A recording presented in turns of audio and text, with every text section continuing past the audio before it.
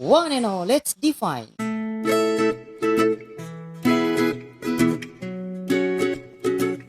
Assalamualaikum warahmatullahi wabarakatuh. Kembali lagi di channel Aljabar.vlog.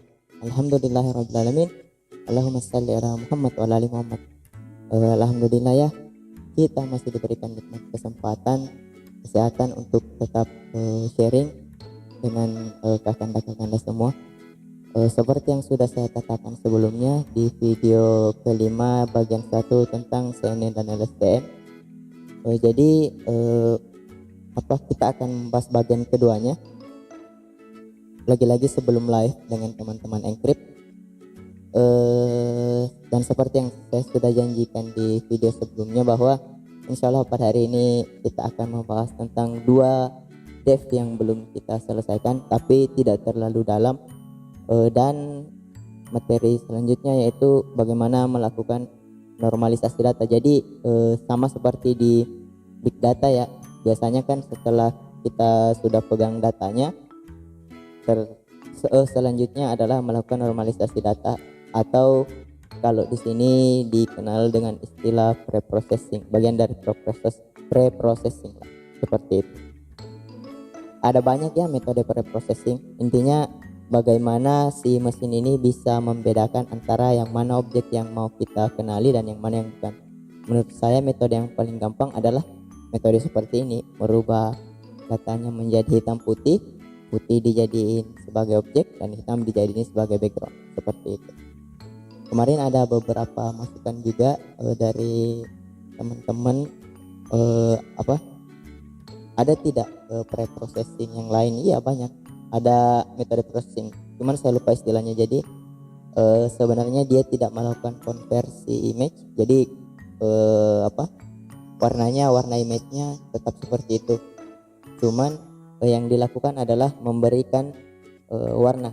Kadang kita lihat tutorial yang machine learning, dia kasih warna objeknya warna hijau misalnya, seperti itu metode pre-processing juga. Oke, untuk mempersingkat waktu kita langsung saja, let's check it out. Oke, di sini script yang kemarin ya, run AVG dan segmen itu dipanggil di sini. AVG sih harusnya dulu. Nah ini run AVG. Jadi untuk menentukan warna objeknya, di script ini, di sini kan ada perulangan nih kemarin. Apa fungsi dari mana yang 5 ini? Apa fungsi dari frame 5 ini? Fungsinya adalah dia merubah seluruh warna frame menjadi putih. Nah itu fungsi dari AVG ini, run AVG ini. Mungkin teman-teman bisa baca manualnya, seperti itu. Manual dari apa sih copy as type float. Jadi intinya gambar itu dirubah jadi float, terus diakumulasikan dan semua nantinya frame-nya berubah jadi putih dulu ya. Makanya kita harus menunggu di sini. Kita menunggu di sini, makanya 5 seperti yang sudah saya jelaskan. Di sini 5 karena kita harus menunggu frame-nya sampai 5 dulu. Setelah frame-nya sampai 5, jadi ceritanya dia udah tahu nih yang background yang mana, yang objek yang mana. Nah, dia kerjakan yang ini. Jadi baru masuk segmen di sini. Oke, setelah itu masuk di segmen. Di segmen ini dia mengirim gray. Gray itu adalah image yang sudah di blur. Jadi ceritanya image-nya dirubah jadi gray image. Jadi belum hitam putih sih, cuman belum seperti dataset yang kita punya nantinya. Data itu dikirim ke sini. Jadi sudah di blur juga, terus dikirim ke segmen ini. Di segmen ini barulah variabel background ini digunain. Jadi variabel background ini yang tadinya backgroundnya semuanya putih, sebelum sampai 5 frame yang di sini. Jadi awalnya putih, terus dikonvert menjadi hitam. Nah jadi dibalik ya, dikonvert menjadi hitam. Kenapa backgroundnya bisa berubah jadi hitam? Nah ketika dia sudah dapat frame selanjutnya, inilah fungsi dari threshold CNTest, variable threshold CNTest. Pokoknya script yang ini, fungsi dari script yang ini itu menangkap objeknya dan dirubah menjadi warna putih seperti itu. Jadi ada dua proses ya. Pertama yang diurus adalah di bagian backgroundnya dulu, setelah itu yang diurus adalah di bagian objeknya seperti itu. Saya rasa cukup ya penjelasan ini. Kalau misalkan memang masih ada pertanyaan bisa tanya di komentar atau bisa langsung japri saya di sosial media manapun. Ada kok di deskripsi saya simpan saya bisa dikontak lewat mana. Terus setelah semuanya selesai, maksudnya setelah datasetnya setelah semua proses itu selesai, nah barulah dijalankan yang kayak kemarin. Jadi dia akan menyimpan gambar sebanyak yang kita beri. Di sini saya kasih kalau nggak salah 550 kalau nggak salah ya, di script kemarin lah pokoknya.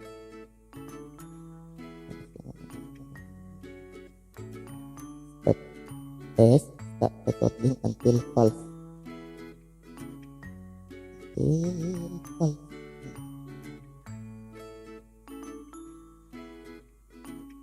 Nah ini. Jadi dia akan berhenti sampai 50 atau 500 seperti itu. Jadi yang harus kita buat yang pertama adalah data training yang terdiri dari 500 untuk masing-masing objek. Batu, gunting, kertas. Jadi untuk batu kita ambil dulu 500, untuk gunting seperti itu, untuk kertas pun seperti itu. Angka yang harus dirubah yang di sini. Jadi teman-teman yang mau praktis bisa langsung.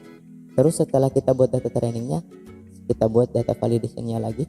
Jadi mungkin untuk menjalankan keseluruhan scriptnya kita jalankan dulu dataset maker sebanyak 1, 2, 3, 4, 5, 6 kali. 3 objek untuk training dan 3 objek untuk validation. Terus kita melangkah ke script selanjutnya. Seperti yang sudah saya bilang sebelumnya. Jadi setelah data kita punya, jadi image-nya sudah ada nih kayak kemarin. Di sini saya akan coba satu image saja karena di datasetnya sudah saya convert. Kenapa harus di convert? Jadi sama seperti di big data. Misalkan ada data nih, data yang banyak sekali. Hal yang pertama yang harus dilakukan adalah normalisasi. Jadi membuatnya menjadi sebuah standar. Misalkan data kita awalnya ada yang berkisar ada yang mempunyai standar 0 sampai 100, tapi di data yang lain ada juga yang berkisar 0 sampai 10. Nilai itu harus disamakan dulu. Jadi misalkan nilai 60 itu berapa, nilai 6 itu berapa, harusnya dia sejajar kan. Nah, harus diratain dulu, harus disamain. Kalau di sini saya menggunakan 100 kali 89. Nah, tapi yang saya atur adalah base width-nya doang. Yang 89 itu dia menyesuaikan dari rumus resize image. Bagaimana cara kerjanya? Jadi di sini misalkan saya mau lakukan konversi dari gambar. Oke, dari gambar.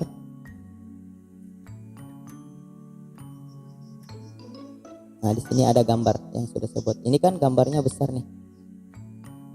Kita lihat dulu berapa sih ukuran gambarnya. Oke, di MD.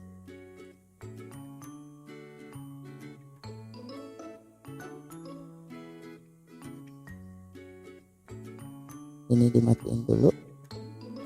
Ini juga. Ya, sudah. Terus kita print.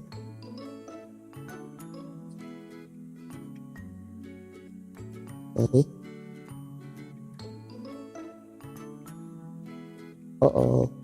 Ada yang tidak kena.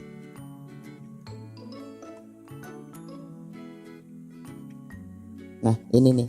Jadi size dari gambar yang sekarang itu, gambar yang tadi, gambar yang ini, yang ini itu ukurannya 3840 kali 2400. Ini yang mau dirubah. Kita kasih batasan width 100.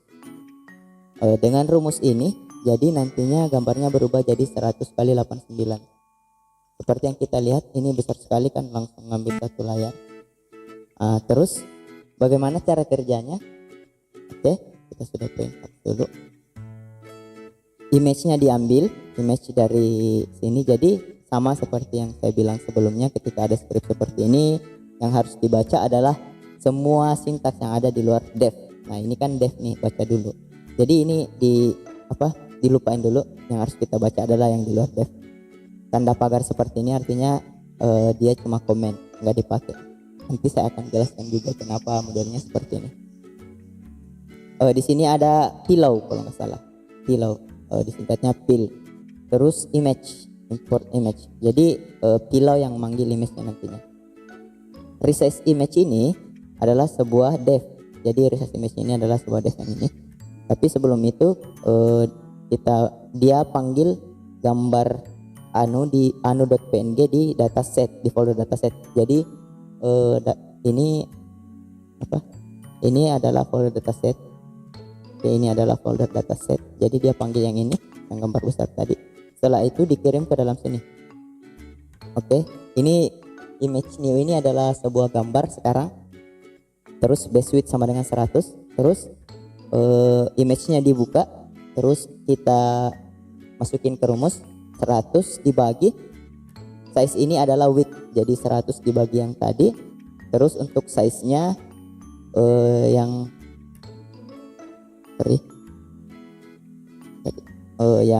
2400 dikali yang ini tadi, hasilnya mungkin sekitar 0, berapa gitu. Nah setelah itu dilakukan convert image di sini. Setelah itu di save. Nah kita langsung lihat buktinya saja ya. Tadi kan sudah lihat tuh sekarang ukuran image-nya segini.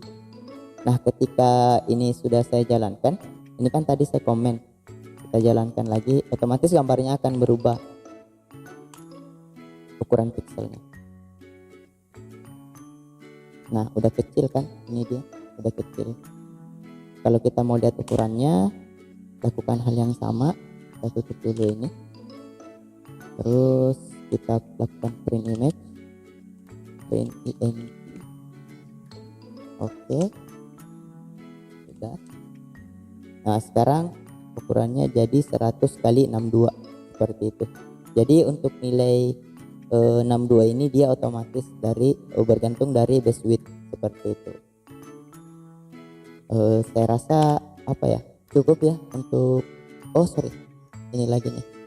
Jadi ketika teman-teman memang mau praktis menggunakan script ini udah nggak dibutuhin fungsi dari script ini ya, sama ini untuk print doang, memberikan output ke teman kita bahwa data trainingnya sudah dilakukan konversi, datanya ada di sini di dataset training batu. Sorry, saya tidak melakukan konversi itu karena ini sudah dikonversi sebenarnya. Teman-teman bisa lihat item topik tangan dataset. Ini kan sudah nih, biar rapi aja. Batu ini sudah dikonversi. Seperti itu. Nah, seperti itu datasetnya untuk batu sampai 500 kalau nggak salah. Validationnya sampai 50. Oke, datasetnya sudah lengkap. Ini perulangan. Jadi dia, kalau kita lihat scriptnya di sini, dia akan melakukan pemanggilan resize image sebanyak 500 kali untuk masing-masing objek ini. Objek batu, gunting, kertas sesuai dengan namanya.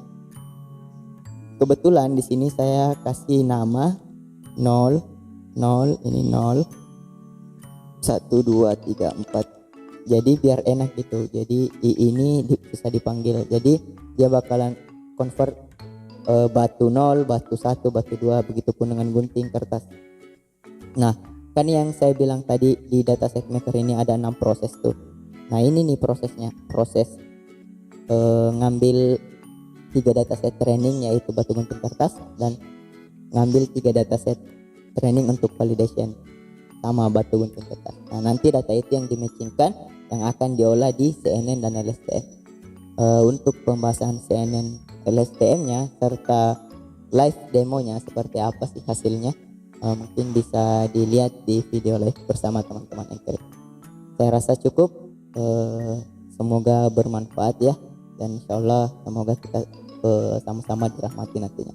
Lebih dan kurangnya mohon dimaafkan. Wabillahi taufiq wal hidayah. Wassalamualaikum warahmatullahi wabarakatuh. See you in the live video.